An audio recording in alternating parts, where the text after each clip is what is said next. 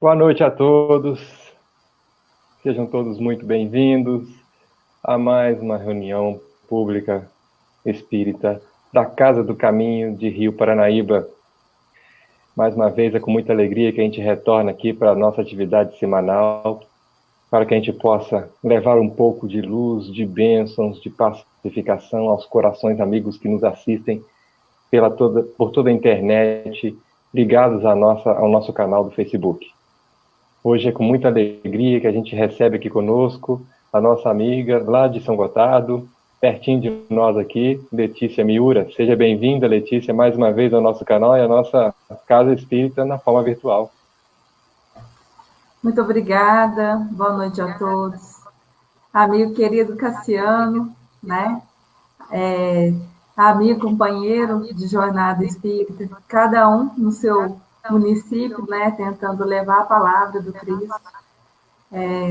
Agradeço o convite, uma boa noite a todos que estão presentes, é um grande prazer estar aqui com vocês.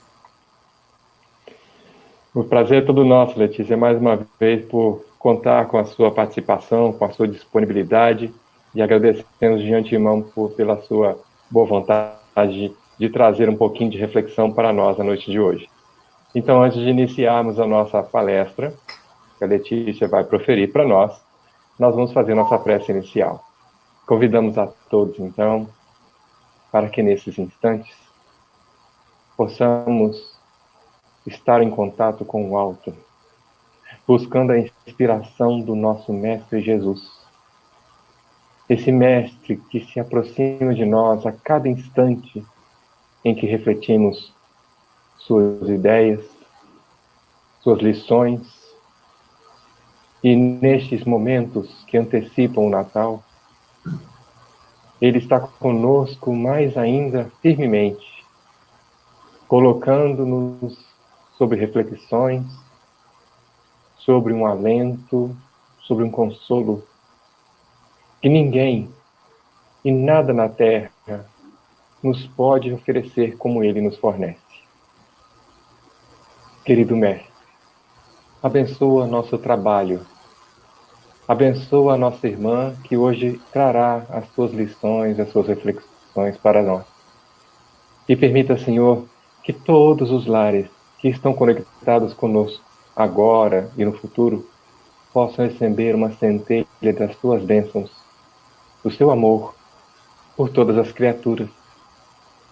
Que nesses lares as pessoas que lá estão possam se encontrar unidas pelos laços do coração, fortalecendo o afeto, a paz e a esperança, porque temos dias muito tumultuados, os dias de hoje, mas sabemos que no futuro teremos dias melhores. Assim sendo, Mestre, alimente-nos com seu amor e a sua paz. Que assim seja. Que assim seja. Então, nesses instantes iniciais, mais uma vez agradecemos, Letícia, e a palavra é sua, minha amiga. Que você possa ter uma ótima inspiração e uma boa palestra para todos nós aqui. Muito obrigado. Muito obrigada, Cassiano. Então, pessoal, como bem lembrado pelo nosso amigo Cassiano, estamos findando, né, o ano de 2020, já um pé em 2021. E essa época de Natal, de final de ano, sempre traz para nós uma reflexão muito importante, que a gente faz como se fizesse um balanço, né, anual, do ano que foi, a gente renova votos para o futuro. E 2020 foi um ano muito atípico na vida de todos nós. E às vezes a gente olhar para trás, a gente começou, né, um ano aparentemente normal, veio a situação da pandemia, nos deixou mundialmente assustados, nos deixou apreensivos do que seria, será que morreríamos? E a gente, quando está à beira da morte, nós espíritas, a gente começa a se perceber, será que realmente estou preparado, né, para fazer essa passagem? Será que, como eu vivi essa reencarnação, será que chegou realmente o meu momento? Muitos entes queridos se foram, partiram, né, chegaram o momento do seu desencarne. A gente teve que aprender a dizer adeus, às vezes de uma maneira que a gente não queria, né, ou sem poder se despedir adequadamente. Foi um ano muito difícil, realmente, de muitas provações, e nos colocou em xeque com muitos sentimentos nossos, muitos questionamentos, né? E a gente fica se perguntando por que disso, apesar de nós entendermos, né, e já ouvirmos há mais de 50 anos, desde quando Chico ainda estava conosco, que haveria esses momentos de provações e transformações. Nós queríamos tanto um mundo de regeneração, um mundo melhor, com menos maldade, mas nós não esperávamos que iríamos passar por tantas turbulências, né? E nós somos seres que pensamos, que questionamos o porquê disso tudo. Graças a Deus, a doutrina espírita vem para nos esclarecer, nos fazer compreender, né, que a morte é apenas uma transformação, é um fim de uma etapa e um retorno para a verdadeira pátria, né? Todos nós viemos do mundo espiritual, aqui estamos de passagem. Alguns retornaram mais cedo, nós continuamos aqui por algum motivo. Então, realmente, o Espiritismo exerce na vida da gente um caminho consolador e esclarecedor. Sempre nos fazendo lembrar que nós somos seres espirituais e não materiais. A matéria acaba, ela tem fim, né? Ela se desintegra. Mas nós somos seres espirituais de uma vida eterna, múltiplas existências. Então, eu até quero, nesse momento, parabenizar todos os trabalhadores da Casa Espírita, da Casa do Caminho, de Rio Paranaíba, que continuaram mantendo a chama acesa. Não foi uma tarefa fácil, com as nossas casas fechadas, né, com algumas atividades suspensas, e a gente se questionando como exercer a fé quando a gente está fora do centro espírita. Então, para quem continuou sendo trabalhador da Seara Espírita, foi um grande desafio, um grande esforço. Nós aqui de São Gotardo também batalhamos por manter a chama acesa, se questionando como fazer isso, como manter a chama do Evangelho, como continuar levando essa luz num momento de tanto sofrimento, né? Se compreender tarefeiro, espírita, é entender, sim, que o sofrimento está no mundo, que conhecemos o ensinamento do Cristo, da consolação e não podemos ficar de braços fechados. Assim, foi um grande desafio de encontrar uma nova forma de fazer a caridade, uma nova forma de pregar o Evangelho. Né? Então, isso nos fez nos reinventar de um modo geral, né? Descobrir ferramentas tecnológicas, descobrir formas diferentes de realizar caridade, né? Descobrir formas diferentes de estar em contato com os espíritos, né? Recebendo um passe, uma energia. Então, foi um ano realmente que exigiu muito de nós. E nesse momento, de final de ano, a gente começa a fazer um balanço. E a gente começa a se questionar, né? Por que disso, por que daquilo? Muitas coisas o Espiritismo nos explica de uma maneira geral, né? Que nós somos seres espirituais, que nós somos seres criados ignorantes e muito simples, que viemos nos transformando em longas existências, em várias encarnações. No livro A Gênese, né? A irmã vem nos trazer a informação de que quando um espírito ele vai começar a refletir sobre os seus atos, começa a ter reflexões conscienciais, começa a se perguntar por que disso, por que daquilo, a partir de 1000 encarnações. Então, são muitas vivências que nós tivemos. Se hoje estamos aqui conectados a esse estudo, é porque a gente já teve mais de 1000 encarnações. Né? Se somos espíritas, estamos buscando um conhecimento, é porque a gente se questiona sobre a felicidade, sobre o nosso caminho, por que estamos vivendo, por que estamos sofrendo. Então, nós, seres imortais, espirituais, somos dotados de inteligência. Somos filhos do Criador. Deus é a inteligência suprema do universo. E nós somos filhos de Deus, também dotados de inteligência, caminhando rumo à perfeição, assim como Jesus. Né? Que bom ver que temos amigos aqui de São Gotardo, que estão conectados também aqui, a Judite, a amiga querida e Amaral. E nós também temos nos perguntado muito sobre o conhecimento, sobre a nossa jornada. Mas, mesmo em meio à pandemia, em meio a todo um cenário que nos envolveu coletivamente, cada pessoa tem uma jornada individual. Cada pessoa, mesmo entre a pandemia, alguns se casaram, alguns tiveram os filhos, alguns conseguiram comprar o carro próprio, alguns não, alguns perderam o emprego, alguns perderam entes queridos, alguns continuaram com sofrimentos diante da pandemia ou se agravaram. Então, a gente percebe que, apesar de coletivamente, planetariamente, estamos vivendo uma fase de desenvolvimento espiritual, cada um de nós também está vivendo uma trajetória espiritual individual e única, visto que todos nós tivemos longas existências. Alguns erraram mais, outros acertaram mais. Alguns continuaram ignorantes, outros despertaram mais a sua consciência espiritual.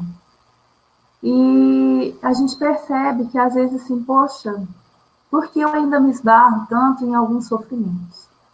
Né? E quando a gente busca no Espiritismo uma resposta para isso tudo. O tema de hoje, a palestra de hoje, eu estou fazendo com base no livro do Evangelho por Emmanuel, né? Em Efésios, capítulo 4, versículo 23, em que o apóstolo Paulo, né, sobre as cartas de Paulo, ele vem trazer instruções para nós, de modo geral. Né? São versículos comentados por Emmanuel. Então, é instrução em cima de instrução. O apóstolo Paulo foi um grande tarefeiro, na primeira leva, né, dos tarefeiros de Jesus, que após o desencarne de Jesus, saiu viajando por toda a Europa, por toda a Galileia, né, a fim de levar o conhecimento dele.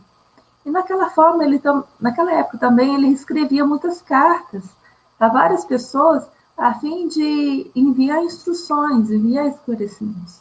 Então, esse livro, né, Evangelho por Emmanuel, segundo as cartas de Paulo, tem esses conhecimentos. E o tema que eu achei interessante da gente pensar, né, nos padrões de Jesus. Somos cristãos, seguimos Jesus, queremos seguir o seu exemplo, mas como podemos nos transformar, né? Então, aqui nos padrões de Jesus, o apóstolo Paulo ele sempre fala no seguinte: ele sempre nos impele na renovação do sentimento, à luz do Evangelho. Isso equivale a dizer que, para renovarmos em verdade, no modelo do Cristo, é necessário, acima de tudo, sentir nos padrões do Cristo. Para pensar, observar, ouvir, ver e agir com acerto, na realização da tarefa que o Cristo nos reservou. Então, o apóstolo Paulo ele fala muito sobre os sentimentos, sobre o que o Cristo espera de nós. Ouvimos muitos evangelhos, ouvimos muitas pregações, mas isso me chamou a atenção, o padrão do Cristo. E não é um padrão de comportamento, não é um padrão de vestimenta, é um padrão de sentimento. Será que nós estamos elevados o suficiente para captar isso? O que é que o Cristo sentia? Como que era o padrão de sentir, de compaixão, de amor, de consciência? Nós vimos a trajetória do Cristo, através do Evangelho, através dos livros, dos filmes. Nós vimos o seu comportamento.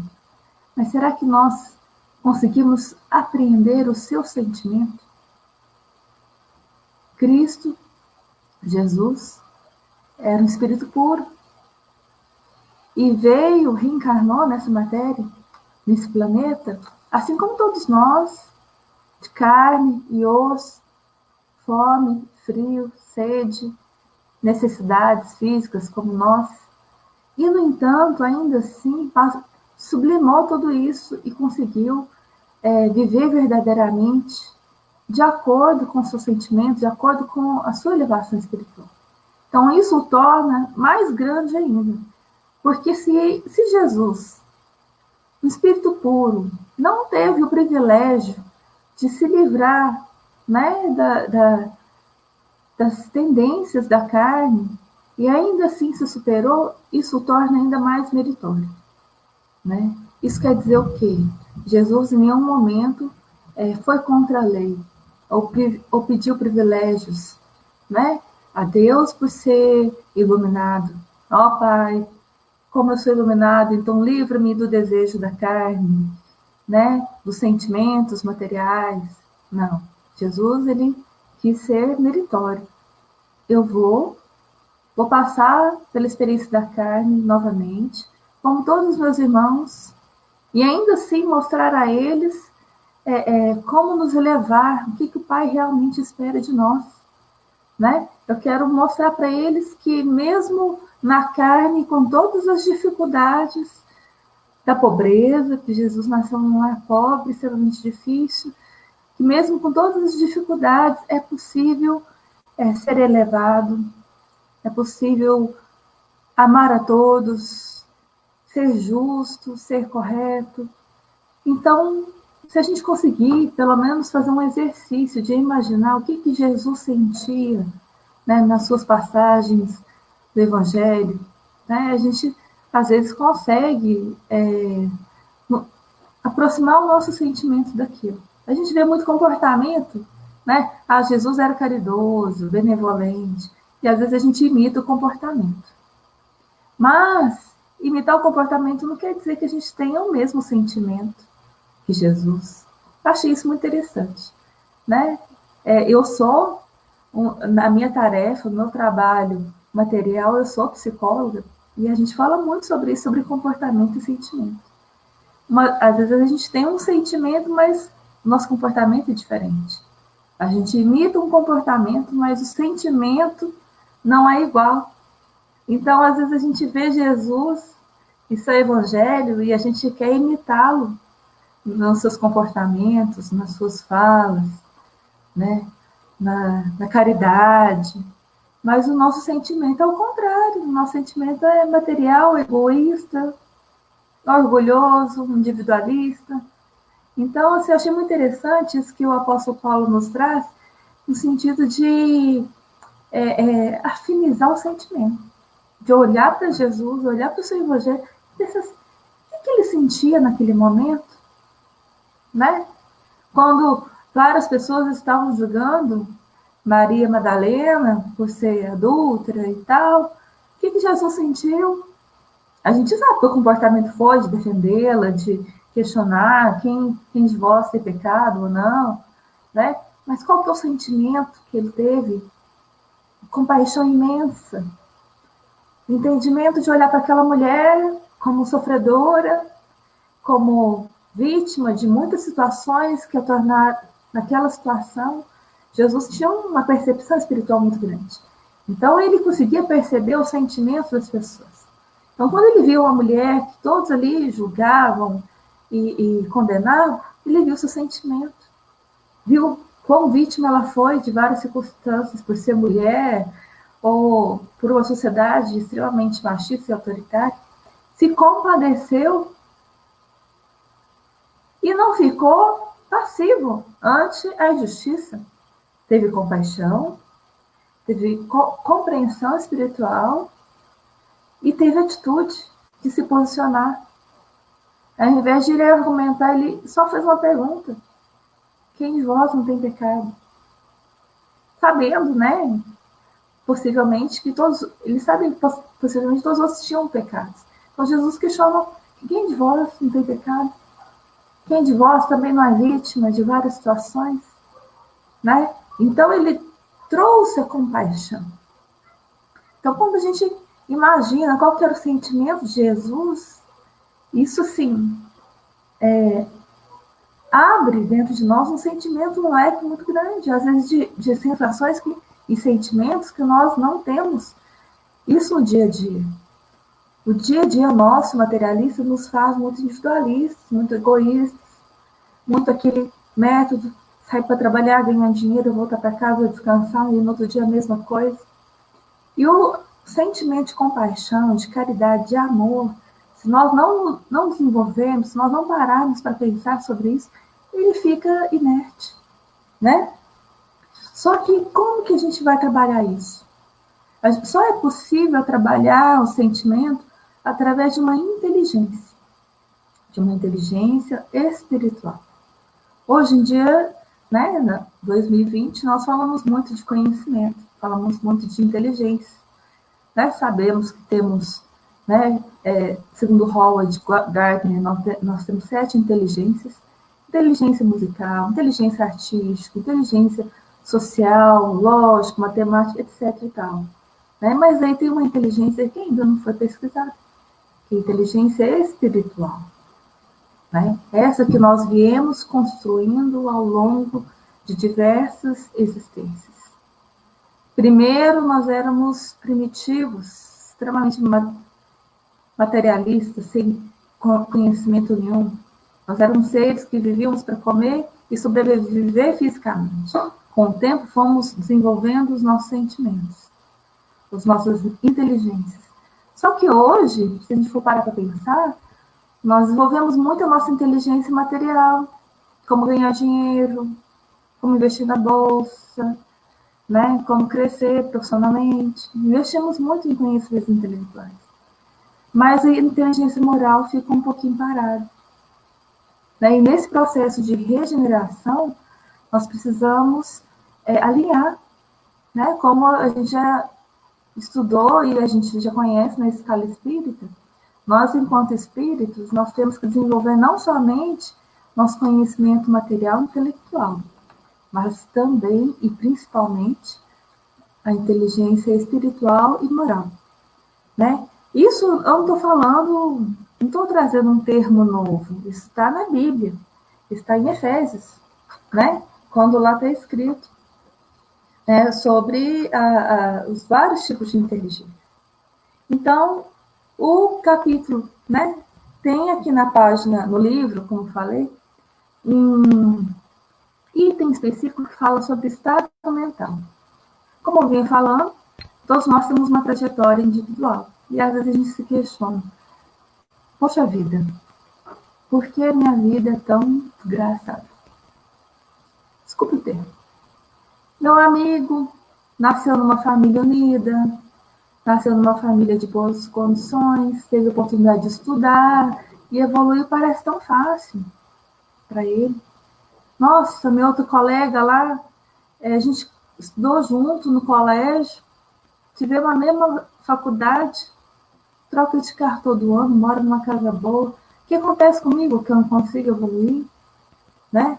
Ou, nossa, como deve ser bom fulano, vou dar um exemplo aqui, como deve ser bom Cassiano, que tem uma esposa que é espírita também, leva os meninos da evangelização, deve ser tão bom, né, ser apoiado, queria que meu marido também fosse espírita, mas ele não, ele é de outra religião, meus filhos também, né? Então a gente se questiona, e por que isso, gente? Por que acontecem essas situações? Exatamente porque nós temos trajetórias diferentes e temos um passado diferente, né? Em decorrência disso tudo, há um porquê de tudo isso que a gente passa, né? Então, Emmanuel escreve aqui: a carga de condições menos felizes que trazemos de vidas passadas pode comumente acarretar-nos difíceis provações e privações de caráter negativo, quando de nossa permanência na Terra. Provavelmente não teremos equipe familiar tão unida como desejávamos, nem contamos ainda com os ideais de elevação, segundo as nossas aspirações. E ele fala mais ainda: a atividade profissional com muita frequência não é aquela que mais se harmoniza conosco. Quem de nós não se questiona? Poxa, eu estou num trabalho ingrato, um chefe tirano, ganhando pouco. Por que isso, Senhor Jesus? Calma, não responde. Mas a gente se questiona isso mesmo, né? E Emmanuel vem nos dizer que, através dessas experiências, nós somos forçados à execução de tarefas menos agradáveis. Por quê? Para a regeneração de nossos impulsos inferiores. Às vezes a gente precisa passar por duras provações, porque os nossos impulsos inferiores ainda são muito fortes. Se a gente vivesse, talvez, num meio de muitas facilidades, ao invés desses impulsos serem transformados, serem educados, eles poderiam ficar ainda maiores. Então, somos atraídos e temos o trabalho que necessitamos para poder nos polir, para poder nos moldar. Às vezes nós temos um chefe tirânico, um chefe egoísta, sem educação, para nos mostrar que nós não podemos ser assim, que isso magoa, que isso aprisiona, que isso diminui o nosso talento, né? Então a gente precisa passar por uma longa provação para educar os nossos sentimentos. Mas isso só vai acontecer se nós desenvolvemos a nossa inteligência espiritual de pensar assim: o que eu estou passando não é por acaso. O que eu estou vivendo é porque algo interno em mim necessita dessa condição externa. E aí, quando a gente pensa nisso e nós trabalhamos a resignação, a gente se transforma. Veja bem, resignação não é ficar passivo de braço cruzado. Resignação é inteligência trabalhando com paciência. É compreender que aquilo é necessário. E eu preciso respirar fundo e domar aquele sentimento negativo, raivoso, né? E quando a gente passa a agradecer e passa a compreender que aquele remédio amargo é mais uma dose que eu preciso, a gente supera e um dia aquela lição ela chega ao fim, né?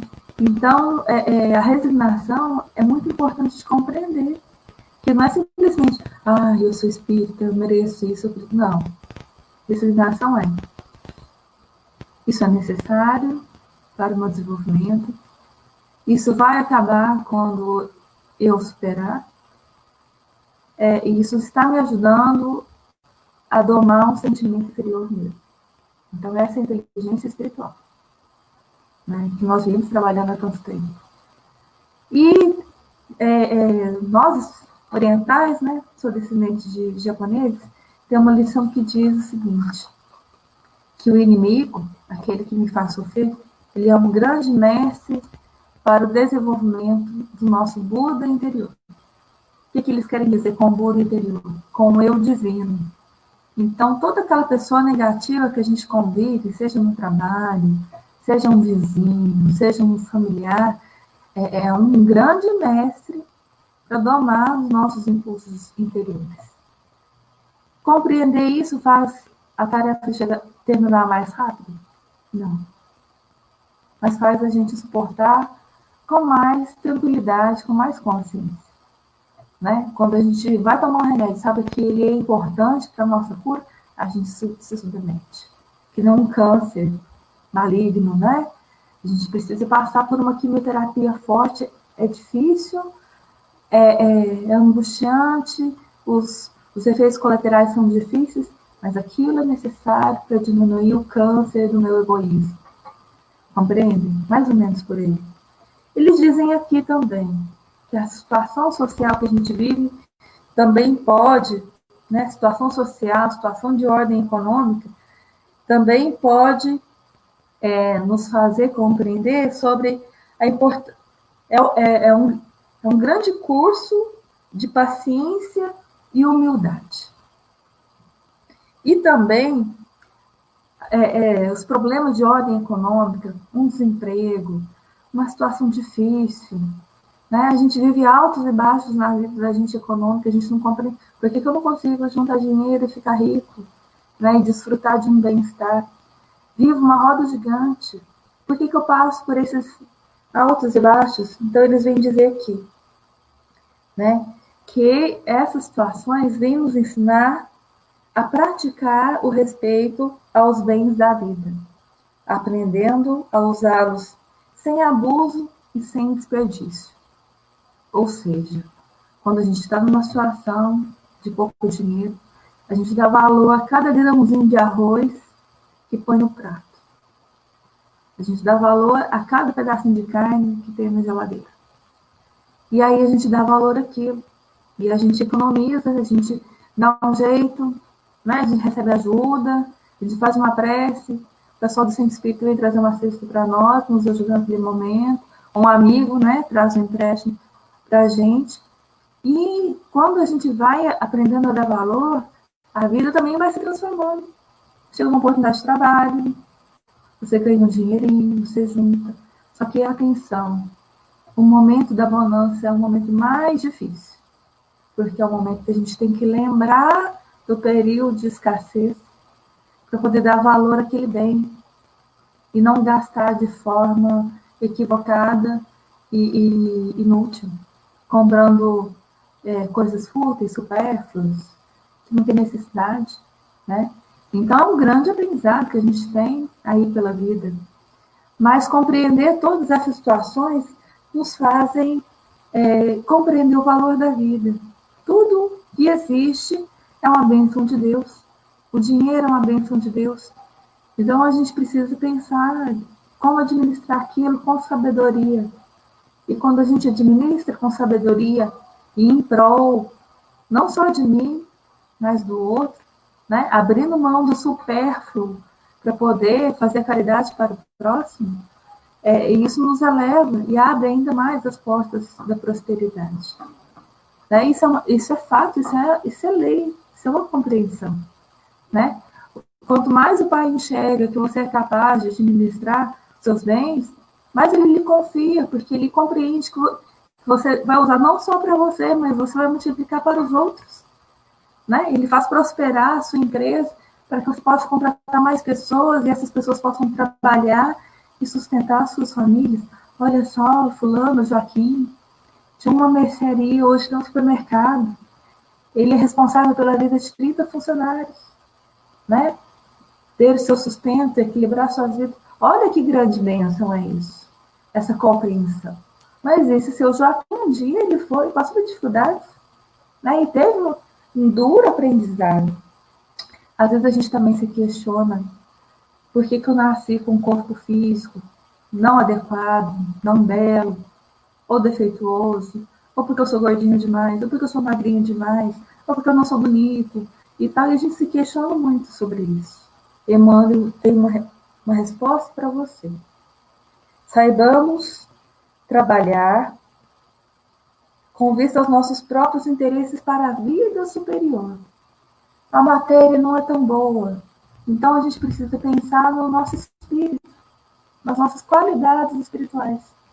Tem pessoas que a gente conhece que são tão agradáveis que você nem lembra do físico delas, porque é contagiante a beleza, a luz, a simpatia, a alegria, né? Tem um outro texto que eu li, estava falando assim que essas pessoas alto astral, que são contagiantes, essas pessoas que sempre estão rindo, nunca estão reclamando, são pessoas que têm um nível de inteligência espiritual elevado, porque elas são felizes não só para elas são felizes e contagiam os outros, né? Leva essa alegria para o outro, e quanto mais se compartilha, mais se é grato, né? Então, é muito importante que a gente saiba trabalhar o nosso estado mental. A gente sabe trabalhar a nossa inteligência espiritual. E a gente vê muito, assim, também, no trabalho que eu realizo, 2 tipos de pessoas. E a gente vai observando características. Qual que é a característica de uma pessoa perdedora, digamos, da vida? Que sofre grandes infelicidades uma atrás da outra.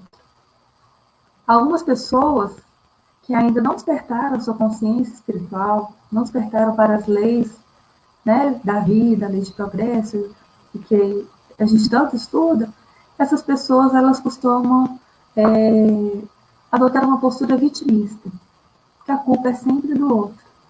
É sempre fora a culpa, nunca dele. Sempre fora, sempre externo. É o governo, é o coronavírus, é a pobreza, é porque os outros perseguem, é porque ninguém deu chance, porque nunca trabalhou, e assim a culpa é sempre externa, nunca tem um olhar para dentro. Então, nunca vai estar bom o pouco que tem. E Deus é muito justo e honesto, Ele dá a todos nós o maior recurso para a gente ser feliz, que é a nossa inteligência. Com a nossa inteligência, nós construímos oportunidades. Agora, já as pessoas ditas, né, vencedoras, são pessoas que têm uma inteligência espiritual grande, uma compreensão da vida, né? Então, o apóstolo Paulo, ele vem nos dizer que compreender o Evangelho é compreender as leis da vida, é compreender que Deus é bom, que Deus é justo, que a vida é eterna, que Deus nos deu e nos dá todos os dias bênçãos e ferramentas para a nossa transformação. Né? Que se hoje nós não gozamos de felicidade, gozaremos no futuro, e não é um futuro, às vezes, muito distante, né? Isso depende do nosso esforço. Então, compreendendo as leis, compreendendo que somos seres imortais, compreendendo que esse momento aqui que estamos vivendo é um pontinho na nossa jornada, né? Temos 1000 reencarnações, essa aqui é a 1000ª, vai ter a 1002, e assim por diante, até nos tornarmos espíritos puros. E mais ainda, quanto maior a inteligência espiritual, maior é o sentimento de dever para com o coletivo, para com todos. Né? Eu não posso ser feliz, ter uma mesa farta de Natal, uma ceia, um peru, um chester, uma costela, um panetone, chocolate, não sei o que, isso aqui. E tá na minha mente lá assim, tem gente que não tem o que comer na noite de Natal. Chico era assim. Chico não dormia pensando que alguém poderia estar sentindo fome. pensando que em algum lugar tinha alguém desfavorecido. Tanto que ele vivia uma vida simples, de poucas coisas, porque ele compreendia que aquele pouco era necessário e suficiente para a sua felicidade. E ele, abrindo mão daquele supérfluo, tantas outras famílias seriam alimentadas. Então, Chico tinha um nível de inteligência espiritual altíssimo, né? Gabaritado em longas jornadas. Chico, ele teve o reconhecimento como o maior brasileiro de todos os tempos. Por quê? Porque ele ganhou um prêmio Nobel de Química, porque ele construiu a maior fortuna do Brasil. O brasileiro vai... Não, pela sua moral, pela sua dedicação, né? Chico é reconhecido por pessoas de todas as religiões, de outros países, pela sua moral, pela sua dedicação, pela sua elevação espiritual.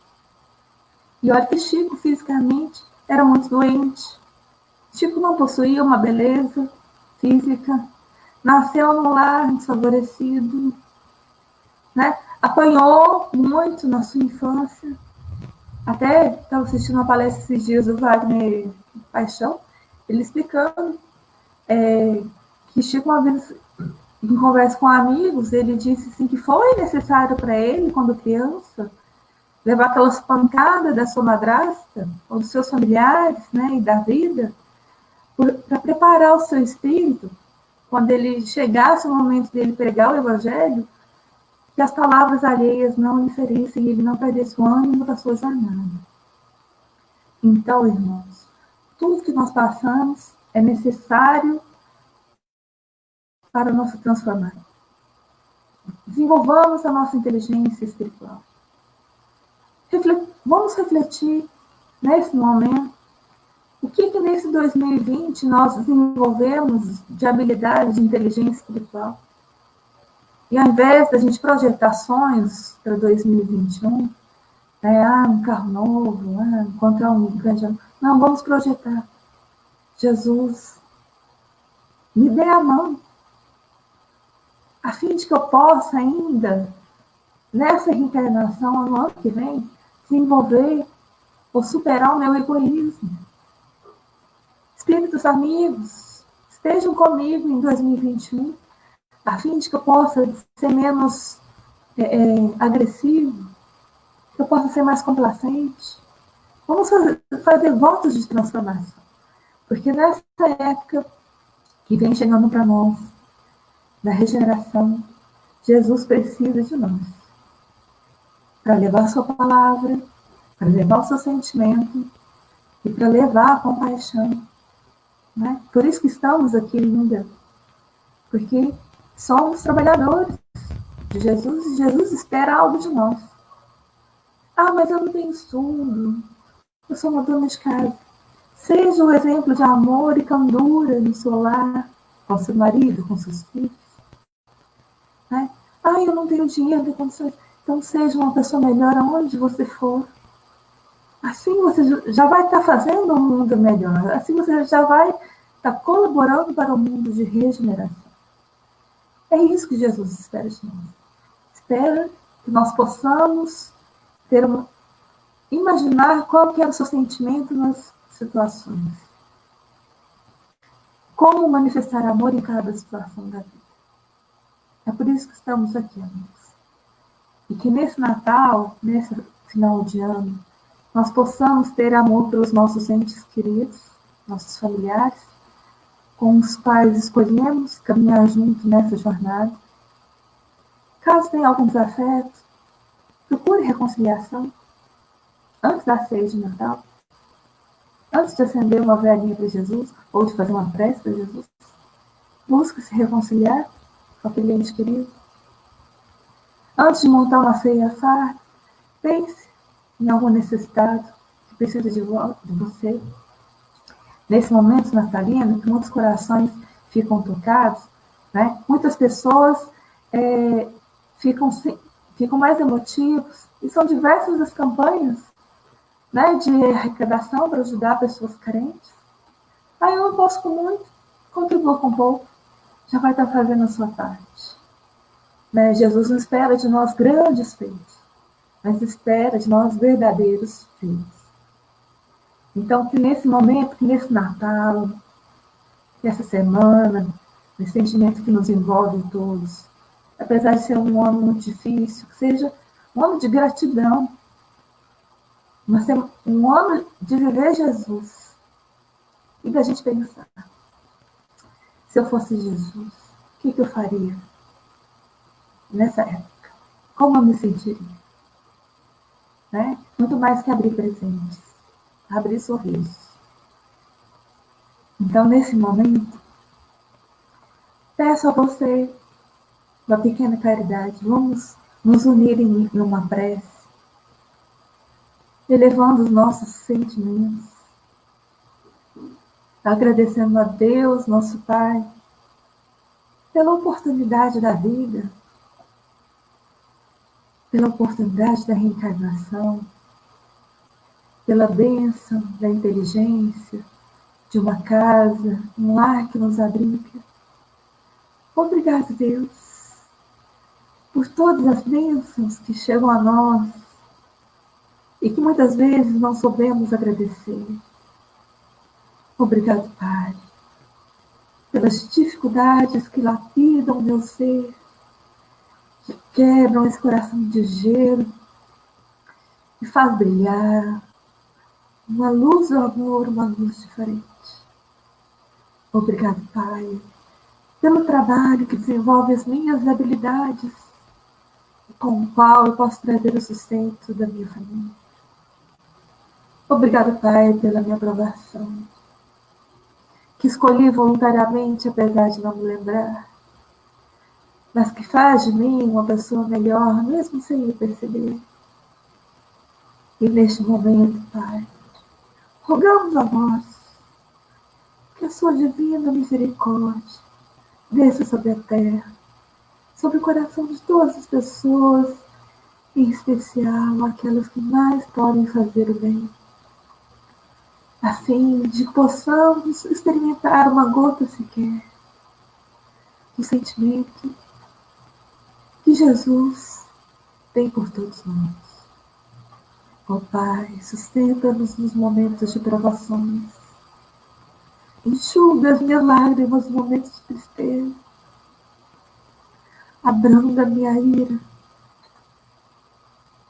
Ouve essa prece de um filho amado que deseja ser melhor. Oramos ainda, Pai, por aqueles que nos perseguem, que ainda desconhecem o seu amor, que ainda desconhecem a sua luz. Que em algum momento essa luz que começa a brilhar em meu coração possa resplandecer e tocar esse irmão amado aqui. Ó Pai, abençoa todos nós, renova as nossas energias e que possamos caminhar, seguindo os passos de Jesus. Que Deus e os espíritos amigos que nos envolvem na semente possam continuar a nos amparar em todos os momentos de nossa vida. Que assim seja. Eu agradeço a todos nesse momento, que a minha pequena contribuição possa ter sido útil a vocês, a gente possa continuar caminhando com Cristo. Obrigado, Cassiano, pelo convite. Nós que agradecemos, Letícia, mais uma vez pelas palavras que trouxeram renovação na nossa fé, esclarecimento à nossa inteligência e consolo ao nosso coração. Com certeza é uma noite de bênçãos para todos nós. E que você aí também, sua família, a todos os seus companheiros de jornada, possam também ser abençoados e protegidos nesses momentos difíceis, mas, ao mesmo tempo, como é Natal, luminosos que temos na nossa terra. Muito obrigado mais uma vez em nome da Casa do Caminho. Sinta-se abraçada, aconchegada aí aos nossos amigos aqui, que nós aqui estamos de mãos dadas com o pessoal daí de São Gotardo, todo mundo aqui muito satisfeito pela união fraterna que temos aqui entre todos nós. Mais uma vez, a todos que nos... Diga, por favor. Cassiano, convidar os nossos amigos de Rio Paranaíba, que quarta-feira nosso amigo Cassiano estará conosco na nossa reunião virtual através do YouTube, Centro Espírita Emmanuel São Gotardo. Será a vez dele de trazer a sua palavra para nós. Estaremos lá, se Deus quiser, estaremos lá para refletir um pouquinho também. Continuar a nossa divulgação do Evangelho. Eu estou lá, com certeza. Então, com essa alegria toda, é que a gente encerra e agradece a todos mais uma vez que nos ouviram, às casas que estão conosco, aos lares que estão conosco. Sintam-se abraçados e abençoados no dia de hoje. Muita paz a todos. Fiquem com Deus e até semana que vem. Até semana que vem.